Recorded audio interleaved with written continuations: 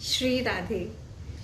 आई welcome everybody once again. आज उम्मीद है मुझे कल जन्माष्टमी हम सब ने बहुत ही उत्साह के साथ और खुशी के साथ मनाई होगी। आज नंद उत्सव है। नंदलाल जी के, नंद बाबा के यहाँ हमारे नंदलाल प्रकट हुए हैं। सारे नंद भवन में आनंद ही आनंद है, उमंग ही उमंग। इन चीज़ों के वर्णन भी नहीं किया जा सकता, कितना आनंद आता है जब हम ये सोचते हैं कि मेरे ठाकुर जी प्रकट हुए हैं। वो ठाकुर जी जिन्होंने मुझे बचपन से लेके अब तक पाला है, जिन्होंने मेरी बचपन से लेके माँ के गर्भ से लेकर अब तक रक्षा की है, जिनकी मेरे पर अनेकों उपकार हैं, वो ठाकुर जी प्रकट हुए हैं। और अगर वो प्रकट हुए तो उसमें भी मेरा ही भला, क्योंकि वो ऐसी लीलाएं करने के लिए आते हैं ताकि धर्म की स्थापना करें, और अब ऐसी लीला करते हैं कि हमको आनंद प्राप्त हो सके। तो ऐसे ठाकुर जी को हमारा कोटि कोटि प्रणाम। मैं आज एक कीर्तन सुन रही थी श्री रायदास जी का। उसमें रायदास जी कहते हैं, मैं अपनो मन हरि संग जोड़ियो, हरि संग जोड़ी सबन संग तोड़ियो। एक हरि अगर हमारा सहारा बन जाते हैं तो विश्वास कीजिए हमें किसी सहारे की जरूरत नहीं पड़ती। जब तक हमारे बुद्धि में ये बात है कि आई एम द डूअर, मैं करता हूं, तब तक हम कृष्ण की शरण में नहीं जा सकते, तब तक हम लोग कृष्ण के शरणागत हो ही नहीं सकते। जब हम ये समझ जाते हैं कि कृष्ण परम करता है, परम भोक्ता, और कृष्ण की शरण में जाते हैं, तब जाके हमारा जीवन सफल हो सकता है। जब तक हम ये सोचें कि मैं कुछ कर रही हूं, मेरे में कुछ सामर्थ्य है, तब तक हम लोगों का जीवन सफल नहीं हो सकता। हमें अपनी मेहनत करनी है लाइफ में, पूरी तरह से मेहनत करनी है। हर फील्ड में, हम जिस भी फील्ड को बिलोंग करते हैं उस फील्ड में हमें अपनी मेहनत करनी है, लेकिन ये विश्वास रखना है कि न मेरे में सामर्थ्य न बुद्धि, ये सब कृष्ण की कृपा है। इंसान अभिमान में इतना खो जाता है सुख में कि वो ये भूल जाता है कि मेरे को अगर आज कुछ उपलब्धियां मैंने प्राप्त की है प्रयास करके, मेहनत करके, तो वो क्यों संभव हुआ? क्योंकि मेरे पास बुद्धि थी। और बुद्धि किसकी देन है? कृष्ण ने ही कृपा करके दिया। ददामि बुद्धि योगम तम येन माम उपयान्ति ते। गीता में कृष्ण कह रहे हैं मैं बुद्धि देता हूं। तो कृष्ण के ही द्वारा जो बुद्धि है, उसी बुद्धि से हमने प्राप्त किया है जो भी किया है। Because I was speaking to my friend in Dubai, she is a doctor, so she was telling me about her experiences in life. So उसने मुझे बता रही थी कि हमने बहुत मेहनत की, बहुत पढ़ाई की, हम लोग फिर जाके डॉक्टर बने। तो मैं ऐसे सोच रही थी कि आप डॉक्टर इसलिए बन पाई हो क्योंकि आपके पास जो बुद्धि है वो कृष्ण ने आपको दी है उस क्वालिटी की कि आप वो डॉक्टर की पढ़ाई कर पाए। अगर कृष्ण कृपा करके वो बुद्धि ना देते तो आप डॉक्टर की पढ़ाई कहाँ से कर पाती? सो जो भी हमारे जीवन में सुख है वो कृष्ण का है। और याद रखना, जब इंसान एहसान फरामोश हो जाता है और जिसने उसको सब कुछ दिया है उस परम दाता को वो भूल जाता है ना, वहीं से उसका पतन स्टार्ट हो जाता है। क्योंकि एहसान फरामोशी एक ऐसी चीज है जो इंसान को सिर्फ जिंदगी में पतन की ओर लेके जा सकती है। हमारे जिंदगी में हमें जो भी हमारे माता पिता द्वारा प्राप्त हो, हमारे गुरुजनों द्वारा प्राप्त हो, हमें किसी के भी द्वारा प्राप्त हो, हमें उनका एहसान कभी नहीं भूलना चाहिए। कृष्ण का, माता पिता का, गुरुजन, ये तीन ऐसे व्यक्तित्व हैं जिनका निस्वार्थ प्रेम होता है हमारे प्रति, और इनके एहसान से कभी हम मुक्त हो ही नहीं सकते। क्योंकि इनके द्वारा हमें ऐसी शिक्षा प्राप्त होती है, ऐसा जीवन जीने का मार्ग प्राप्त होता है जिसके द्वारा हम लोग जिंदगी में आगे बढ़ पाते हैं। आज अगर हमें मार्गदर्शन न मिला होता तो हम यहाँ पे नहीं होते। So we always have to remember कि हमारे जीवन में जितने भी सुख हैं, हमारे ठाकुर जी, हमारे गुरु महाराज और हमारे माता पिता के सदके हैं, और इनके प्रति हमें हमेशा ऋणी ही रहना है। क्योंकि वो ऋण से हम कभी मुक्त हो भी नहीं सकते, चाहकर भी मुक्त ना हो सकते। कितनी भी सेवा कर लो माँ बाप की, वो एहसानों से कभी मुक्त नहीं हो सकते हम। तो आइए हम लोग भागवत की ओर बढ़े। अब हमने लास्ट सेशन में पढ़ा कि कैसे वेद व्यास मुनि ने वेदों का 4 विभाजन किए और उनमें अलग अलग नॉलेज दिया। ये क्यों किया वेदव्यास मुनि ने? इसका मुख्य कारण यही था कि वेदव्यास मुनि जानते थे कि कलयुगी जीवों की आयु, उनकी बुद्धि बहुत कम है, तो उनके लिए मार्ग प्रशस्त करने के लिए उन्होंने ये वेदों का विभाजन किया। अब आगे सूत जी बता रहे हैं सनकादि ऋषियों को कि एक दिन सरस्वती नदी के तट पर बैठे हुए वेदव्यास मुनि सोच रहे थे कि मानव कल्याण के मार्गदर्शन हेतु अपने पुरुषार्थों का वर्णन करने तो मैंने महाभारत ग्रंथ की भी रचना कर दी, सबसे बड़ा इतिहास महाभारत की रचना कर दी। उसके बाद भी मेरे मन को शांति नहीं मिल रही। महाभारत में अर्थ, धर्म का, मोक्ष इत्यादि सबका एक मार्ग प्रशस्त किया था वेदव्यास मुनि ने, लेकिन ये सब कहने के बाद भी उनको शांति नहीं होती, उनका मन खिन्न खिन्न सा था। तो वो सोच ही रहे थे कि शायद इसका कारण यही होगा कि मैंने अभी तक जीवों को भगवान प्राप्ति का मार्ग नहीं दिखाया। महाभारत के द्वारा मैंने उनको पुरुषार्थ प्राप्त करने का मार्ग तो दिखा दिया, लेकिन परमार्थ प्राप्त करने का मैंने मार्ग नहीं दिखाया। शायद मेरा दुख इसी वजह से तो नहीं। वो ऐसे सोच ही रहे थे कि वहां पर वेदव्यास मुनि प्रकट हुए। सरस्वती नदी के तट पर बैठकर वेदव्यास मुनि चिंतन कर रहे हैं। वहां पर हमारे नारद मुनि प्रकट हुए हैं। नारद मुनि की देखकर ही वेदव्यास मुनि वहां पे खड़े हो गए, उनकी स्तुति की, उनको प्रणाम कर कर, उनकी पूजा कर कर, उनको विराजमान कर कर उनसे बात करने लगे। तब उनसे कह रहे थे कि गुरु महाराज, मैंने जीवन में महाभारत की रचना की, लोगों का मार्ग प्रशस्त करने हेतु वेदों का भी मैंने विभाजन इत्यादि कर दिया, मैंने सब शास्त्र लिख दिए, लेकिन मेरा मन शांत नहीं हो पा रहा। और हमारी भी जिंदगी में जब हम लोग को कुछ समझ में नहीं आया कि what am I suppose to do now, बड़ों के पास जाना चाहिए। पता है क्यों? क्योंकि बड़ों के पास एक्सपीरियंस है लाइफ का, उन्होंने हमसे ज्यादा जिंदगी देखी है, they know life better than us. तो वो हमारे ऐसा मार्गदर्शन करते हैं जिसके द्वारा पहले तो हमारी जो समस्या है उसका समाधान हो जाता है। और एक बात मेरी आप लोग लिख के लीजिए, बड़ों के सानिध्य में रहने वाला हमेशा सुरक्षित रहता है। बड़ों के मार्गदर्शन पे चलने वाला कभी जिंदगी में ठोकर नहीं खाता। इसलिए बड़ों से हमेशा सलाह मशवरा कर कर ही हमें कार्य करनी चाहिए।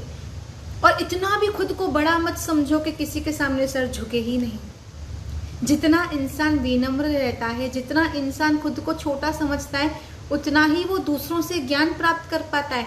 जहां वो ये सोचने लगे कि मुझ में ज्ञान है, मैं सर्वसामर्थ्य हूं, तब उसका सर झुकेगा ही नहीं, उसमें विनम्रता आएगी ही नहीं। वो ये एक्सपेक्ट करेगा कि लोग मेरे सामने अपना सर झुकाएं, वो किसी के सामने नहीं झुकाता। लेकिन अगर हमें आध्यात्मिक प्रगति करनी है तो हमें ये सर को झुकाना पड़ेगा बड़ों के सामने, अपने गुरुजनों के सामने, संतों के सामने अवश्य। और जब हमारे जीवन में संत, गुरुजन, बड़ों का मार्गदर्शन होता है तो इससे भी ठाकुर जी की विशेष कृपा समझिएगा। ठाकुर जी की विशेष कृपा से ही मार्गदर्शन हमें प्राप्त हो पाता है, नहीं तो बिना मार्गदर्शन के लोग आज कहाँ भटक रहे हैं। एग्जाम्पल मैं आपको इसको एक्सप्लेन करती हूँ थोड़ा शॉर्ट में। देखो, if you go to America and the western countries, वहाँ पे ना ऐसा सिस्टम है कि बच्चे जब 18 साल के भी हो जाते हैं तो बस अभी माँ बाप उसको अलग कर देते हैं बच्चे को। अब बच्चे को अपनी जिंदगी खुद जीनी है, अपना खुद कमाना है पैसा, अपनी जिंदगी के लिए खुद कुछ करना है, अपनी एजुकेशन, अपना घर का खर्चा बच्चे को खुद निकालना पड़ता है। वेस्टर्न कंट्रीज में ये रूल है। और ऐसे क्या होता है कि बड़ों से बच्चे दूर होते हैं। मैं बहुत क्लियरली बात बता रही हूँ आज, बड़ों से बच्चे दूर हो जाते हैं। जब बड़ों का साया बच्चों से निकल जाता है तो ऑटोमेटिकली बच्चे संस्कारहीन होने लगते हैं। इसके लिए बड़ों का साया जब बच्चों के सर पर रहता है तो बच्चों के अंदर संस्कार रहते हैं। दुर्भाग्य की बात है कि उन कल्चर से इन्फ्लुएंस होकर आज लोग अपने माँ बाप से अलग हो जाते हैं। बहुत दुर्भाग्य की बात है। जबकि हम लोग जिस कल्चर के पीछे भाग रहे हैं, वो कंट्री के लोग, वो वेस्टर्न कंट्रीज के लोग हमारे कल्चर को अपनाने के लिए यहाँ पर वृंदावन में आके बसते हैं।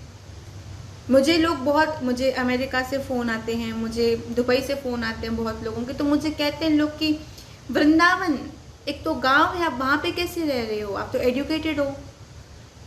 मुझे हर्ट होता है वो टाइम पे, बहुत हर्ट होता है। आज भी मुझे किसी ने ये बात की, मुझे बहुत हर्ट हुआ, क्योंकि हम लोग जिस कल्चर को पीछे भाग रहे हैं ये सोच के कि this is gonna give me a better lifestyle, वो कल्चर वाले लोग खुद आज वृंदावन में आके बसे। आप वृंदावन में आके देखो कितने फॉरेनर्स बसे हैं, रशिया से, अमेरिका से, यूरोप से, कहां कहां से लोग आके यहाँ पे बसते हैं। ये किसकी कृपा? बड़े गुरुजन श्रील प्रभुपाद जी की कृपा। आज उनका प्राकट्य दिवस है श्रील प्रभुपाद जी का, तो उन्होंने पूरे विश्व पर कृपा कर कर भगवत गीता का ज्ञान दिया। मैंने भी उनकी भगवत गीता पढ़ी है, मैंने भी उनकी भागवत पढ़ी है, और जितना क्लियरली उन्होंने ये ज्ञान सब तक पहुंचाया है, उनके ऋणी हैं हम सब। ऐसे श्रील प्रभुपाद जी को हम कोटि कोटि प्रणाम करते हैं। आज उनका प्राकट्य दिवस है, और उन्हीं की संग में रहकर, उन्हीं की प्रेरणा से वेस्टर्न कंट्रीज के जो लोग हैं हमारे कल्चर से इन्फ्लुएंस होकर यहाँ पर आके सेटल होते हैं, अपने गुरु के साय में रहने के लिए, बड़ों के साय में रहने के लिए। और हम क्या कर रहे हैं? बड़ों को अलग कर कर एक अलग जिंदगी जीने की कोशिश कर रहे हैं। मैं फिर कहूंगी, जहाँ से बड़ों का साथ साया बच्चों के सर से उड़ जाता है, वहां बच्चे संस्कारहीन होने लगते हैं। आज थोड़ी गंभीर बातें हो रही है, but it's an important topic that we have to look upon, because these are some sensitive matters that we all have to pay attention to, because this is what is going on in the society. अगर हम लोगों के घर परिवार में एक अच्छा संस्कार का वातावरण नहीं, तो हम आध्यात्मिक प्रगति भी नहीं कर पाएंगे। माँ बाप अगर संस्कारहीन है, बच्चा कहाँ से संस्कार वाला बनेगा? माँ बाप अगर शराब पीते हैं, सिगरेट पीते हैं, तो बच्चा कौन सा सही रहने वाला है? बच्चा भी सिगरेट स्मोक करेगा। इसके लिए घर पे वो वातावरण अति आवश्यक है, और वो तब संभव होता है जब बड़ों का साया रहता है, बड़ों के संस्कार रहते हैं। Do not divide your family, do not do that, because that is gonna land you into trouble in coming time, you know. Because संस्कार चले गए तो फिर ऑटोमेटिकली इंसान का कैरेक्टर बिगड़ जाता है, और जहाँ इंसान का कैरेक्टर बिगड़ा वहाँ उसकी जिंदगी की बर्बादी। याद रखना, एक बहुत गुप्त बात बताती हूँ। मेरे गुरु महाराज है ना, हम लोग छोटे थे तो हमको एक बात समझाते थे। मेरे गुरु महाराज हमें कहते थे कि तुम देखते हो तुम्हारे बापू सफ़ेद कपड़े पहनते हैं। हम कहते थे जी बापू जी, हम देखते हैं आप सफ़ेद कपड़े ही पहनते हो। तो बापू जी कहते थे सफ़ेद कपड़े पे अगर कुछ दाग लग जाएगा तो कितनी आसानी से दिखेगा, नहीं? हम कहते थे हाँ। तो बापू ने कहा वैसे ही अगर बच्चे कुछ गलत काम करेंगे ना, तो तुम लोग कोई भी गलत काम करोगे तो तुम्हारे बापू के सफ़ेद कपड़ों पे वो दाग दिखने लगेगा। अगर तुम्हें अपने बापू की जरा भी इज्जत है, जरा भी बापू से प्यार है अपने, तो तुम लोग कभी कोई गलत काम नहीं करोगे जिंदगी में। मुझे तुम्हारे कैरेक्टर बहुत अच्छा चाहिए। तुम्हें अगर भजन नहीं करना तुम मत करो, तुम्हें भागवत नहीं पढ़ना नहीं पढ़ो, तुम्हें पढ़ाई नहीं करनी पढ़ाई भी मत करो, चलो, लेकिन मुझे कैरेक्टर तुम्हारा बहुत अच्छा चाहिए। बापूजी हम सबको ऐसे समझाते थे। एजुकेशन के लिए हमेशा इन्फ्लुएंस करते थे बापूजी हमें प्यार से, लेकिन कैरेक्टर के लिए वो बहुत ज़्यादा हमें समझाते थे बातें। ये बड़ों का, गुरुजनों का मार्गदर्शन हम पर रहा, तब जाके हम लोग आज थोड़ा सही रास्ते पर हैं, गुरु कृपा से, राधा रानी की कृपा से। तो जहां गुरुजनों का, बड़ों का साया सर से निकल जाता है, वहां से हम गलत रास्ते पे चलने लगते हैं। अब यहाँ पर भी नारद मुनि मार्गदर्शन कर रहे हैं वेद व्यास मुनि का, उन्हें समझा रहे हैं कुछ बातें। और मैं फिर कहूंगी, गुरुजनों का साया, बड़ों का साया अगर सर पर है तो इसको कृष्ण की विशेष कृपा समझिएगा। आज भी जीवन में जब कुछ समझ में नहीं आता ना, हम लोग गुरु महाराज के पास जाते हैं पूछने कि अब क्या किया जाए, बड़ों के पास जाते हैं अब क्या किया जाए। जो हमसे बड़े हैं उम्र में, उनके पास तजुर्बा है, उनके पास जाते, तब जाके उनके मार्गदर्शन में रहते हुए हम लोग सही रास्ते पर चल पाते हैं, नहीं तो हम भी भटक जाते कब का। कहाँ वेस्टर्न कंट्रीज, कहाँ के वो लोग, आज कहाँ है वहाँ की lifestyle. We all are well aware about that, I don't need to explain that in detail. कहाँ थे वो लोग और आज कहाँ वृंदावन में ठाकुर जी की सेवा में है। किसकी कृपा? गुरु की कृपा, श्रील प्रभुपाद जी की कृपा। हमारे इंडिविजुअल जीवन में भी मैं देखती हूँ कि मेरे को ना बड़ों का, राधा रानी की कृपा से बहुत डांट पड़ती थी, मार्गदर्शन बहुत मिलता था, तो मैं खुद को इस विषय में बहुत कृपाशील समझती हूँ। और मैं आपको एक पर्सनल बात बताऊँ, मैंने बापूजी की डांट बहुत खाई है क्योंकि मैं मस्ती बहुत करती थी तो मुझे डांट भी बहुत पड़ती थी। हालांकि अब बापू मुझे नहीं डांटते क्योंकि अब मैं मस्ती नहीं करती ज़्यादा। तो जो हमारे आत्मा के माता पिता, हमारे गुरुजन, ये संत समाज, ये माता पिता, ये बड़े, ये अगर हमारे ऊपर अपना हाथ ऐसे रखते ना, अपना साया रखते हैं, तो हमारी जिंदगी में ठोकरों से हम बच जाते हैं। और आज हम बचे हुए हैं, क्यों? क्योंकि इनका साया हमारे सर पर है। और इस साये से कभी खुद को स्वयं वंचित मत कीजिएगा। ये कृपा मांगते रहिएगा, राधा रानी आपकी कृपा, आपके संतों की कृपा, आपके प्यारे भक्तों का ये साया मेरे सर पर हमेशा बना रहे। जब मुझे किसी संत के दर्शन होते हैं वृंदावन में, मैं बहुत खुश हो जाती हूँ। मेरा दिन मंगल ही मंगल हो जाता है, क्योंकि मात्र उनकी आंखों से जो करुणा दिखती है ना, उस करुणा से एक हृदय में एक अग्नि शांत हो जाती है। अनजानी से एक अग्नि, अनजाना से एक बवंडर जो हृदय में होता है वो शांत हो जाता है। तो चलो भागवत की ओर चले हम लोग, हमें भागवत भी करनी है। तो यहाँ पर वेद व्यास मुनि ने नारद मुनि से कहा कि आप तो परम ज्ञानी हैं, आपका तो हर कार्य सिद्ध है, आप परम विरक्त है, आप भगवान के सबसे प्यारे हैं, आप कृपा करके मुझे बताइए कि मेरी इस अशांति का कारण क्या है। आपको पता होना चाहिए नारद मुनि कृष्ण के हृदय हैं, वो भी ठाकुर जी का हृदय स्वरूप है। उनको कृष्ण के सिवा कुछ नहीं भाता, उनको कृष्ण के सिवा कुछ अच्छा नहीं लगता। और रायदास जी का मैं आज भजन सुन रही थी, मुझे इतना अच्छा लग रहा था। वो ये तो कह रहे रायदास जी, क्या मैं अपनो मन हरि संग जोड़ियो, हरि संग जोड़ी सबन संग टोड़ियो। बहुत सुंदर भजन, आप लोग YouTube पे चेक कीजिएगा, बहुत बहुत अच्छा भजन है। अब आगे नारद मुनि अभी बता रहे हैं वेद व्यास जी को, सुनना बड़े ध्यान से। This is not me who saying this, but this is Narad मुनि, जो साक्षात कृष्ण का ही अवतार है। और मैं कहूं तो I may be wrong, but Narad Muni ने कहकर इस बात पे स्टैंप लगा दिया है। जिस कार्य से हरि संतुष्ट नहीं होते वो कार्य अधूरा है। जो भी कार्य करो, अगर वो कार्य से हरि संतुष्ट नहीं हो रहे तो वो कार्य अधूरा है। और एक बात मैं आपको बताऊं, हम लोगों के हमारा जन्म अपनी खुशी के लिए, अपने सेंस ग्रेटिफिकेशन के लिए नहीं हुआ।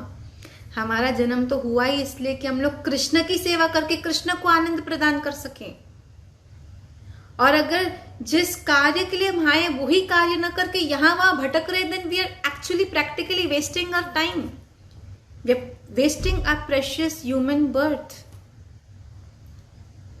तभी तो गुरु नानक देव जी ने कहा, जिस वखर को लेण तू आया, राम नाम संतन घर पाया। जिस कार्य हेतु तू जन्म यहाँ पर लिया, वो कार्य तो तुझे राम नाम जो लेना है वो तो संतों के दर पे मिलेगा। तुझे संतों के पास जाकर वो राम नाम लेना है। मैं नहीं, गुरु नानक देव जी कह रहे हैं। अब यहाँ पे नारद मुनि भी कह रहे हैं कि जिस कार्य से हरि प्रसन्न ना हो वो कार्य अधूरा है, इट इज इनकम्प्लीट। और कृष्ण है, पता है कृष्ण बहुत छोटी छोटी चीजों से खुश हो जाते हैं। हमारे छोटे छोटे प्रयासों से ठाकुर जी प्रसन्न हो जाते हैं। दुनिया में हम लोग हजारों अच्छाइयां करें और एक गलती, तो हमारी वो एक गलती हजारों अच्छाइयों पे पानी फेर देगी।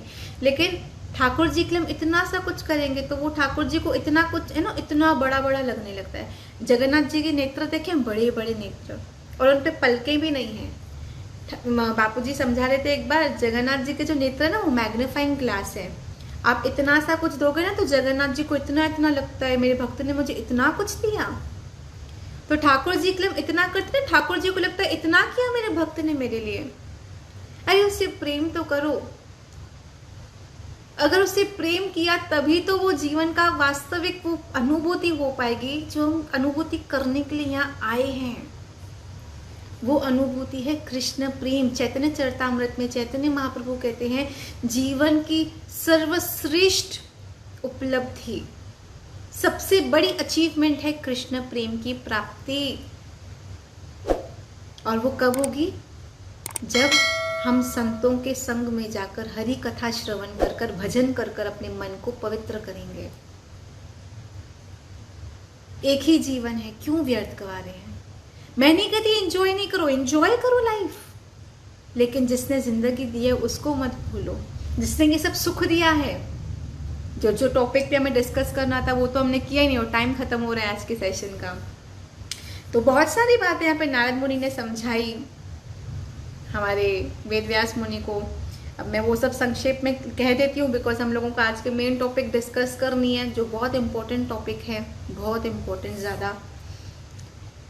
जो मोक्ष इत्यादि जो भी मार्ग हैं, जो ध्यान योग, कर्म योग इत्यादि जो भी योग हैं, जो मोक्ष प्रदान कर सकते हैं लेकिन वो भगवान को प्रसन्न नहीं कर सकते, वो भगवान प्राप्ति नहीं करा सकते, वो सब व्यर्थ है। नारद मुनि कह रहे हैं कि कोई भी मार्ग हो, कितना भी उच्च कोटि का मार्ग हो, वो मोक्ष प्रदान कर रहा, कुछ भी सुख प्रदान कर रहा हो, लेकिन अगर वो प्रभु की प्राप्ति नहीं कर रहा तो वो व्यर्थ है। मतलब भगवान श्री कृष्ण की जो प्राप्ति न करा सके वो हर वस्तु, वो हर व्यक्ति व्यर्थ है। मैंने तो एक संत की वाणी सुन रही थी, वो कह रहे थे अगर कोई वस्तु हो या व्यक्ति आपको हरि से दूर करे, उसका तुरंत त्याग कर दो, तुरंत त्याग कर दो, अगर वो वस्तु या व्यक्ति को कृष्ण की ओर नहीं लेके जा रहा। इसके लिए जिंदगी में जो रिश्ते हम जोड़ें, फ्रेंड्स हैं, मतलब जो भी हम लोग यहाँ पे सोसाइटी में रिश्ते जोड़ते हैं, वो देखो पेरेंट्स जो फैमिली है वो तो हमें हमारे पूर्व प्रारब्ध अनुकूल मिलती है, उनके साथ तो हमें निभाना ही है अंत समय तक। लेकिन जो नए रिश्ते हम बना रहे हैं वो इन बुनियाद पे बनाए जाए कि ये रिश्ता क्या मेरी भक्ति को पोषित करेगा या मेरी भक्ति को ये आघात पहुंचाएगा रिश्ता। और अगर वो रिश्ता हमारी भक्ति में बाधा उत्पन्न करने वाला है तो वो रिश्ता मत जोड़िएगा। लेकिन अगर कोई रिश्ता हमें हरि की और निकट लेके जा रहा है तो वो रिश्ते से आप भी निहाल होंगे, वो व्यक्ति भी निहाल होगा। आपके फ्रेंड्स स्पेशली मैं यहाँ पे कहना चाहूंगी, ऐसे दोस्तों से दोस्ती मत रखिए जो आपको कृष्ण से दूर लेके जा रहे हैं, जो आपको सिगरेट स्मोक करने के लिए कह रहे हैं, जो आपको ड्रिंक करने के लिए कह रहे हैं। ऐसे दोस्तों से दूर रहिए, वो दोस्त है ही नहीं। सच्चा मित्र वो है जो आपको जिंदगी में आगे बढ़ना सिखाए, जो आपको हरि से दूर कर दे, जो आपको हरि से विमुख कर दे, जो आपको गलत रास्ते पे लेके जाए, वो तो आपका मित्र हो ही नहीं सकता। ऐसे मित्रों का तुरंत त्याग कीजिए। Because the kind of association we keep ourselves into is going to influence our mindset, the way we think, the way we act.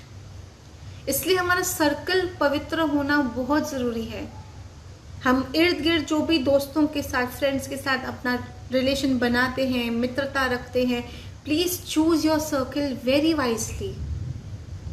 ऐसे रिश्ते मत जोड़िए जो आप कृष्ण से दूर हो जाए, क्योंकि कृष्ण जहाँ से चले जाते हैं वहां पे कलयुग प्रवेश करता है। जहाँ कलयुग है वहां अधर्म है, वहां पे अपवित्रता है, वहां पे पाप है, वहां पे दुष्टता है।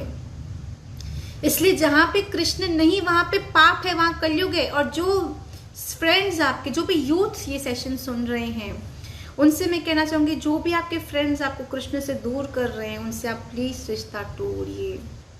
मेरी हम्बल रिक्वेस्ट है आप सबसे। नंदलेस आइए हम लोग भागवत की ओर चलते हैं।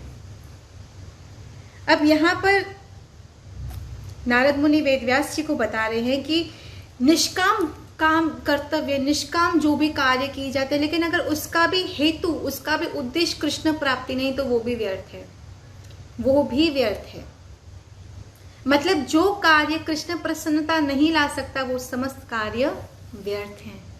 अब आगे क्या है, बिकॉज टाइम खत्म हो चुका है, हमें क्वेश्चन आंसर्स भी करने हैं, इसके लिए हम लोग आगे की बातें अभी परसों डिस्कस करेंगे। कल सेशन नहीं होगा बिकॉज कल मैं ट्रैवल कर रही हूँ टू मुंबई फॉर 1 वीक, तो कल सेशन नहीं होगा। हम लोग ये आगे की डिस्कशन अभी परसों करेंगे। तब तक के लिए आइए हम कुछ क्वेश्चन आंसर्स पर चर्चा करते हैं। अरे राधा रानी, श्री राधे।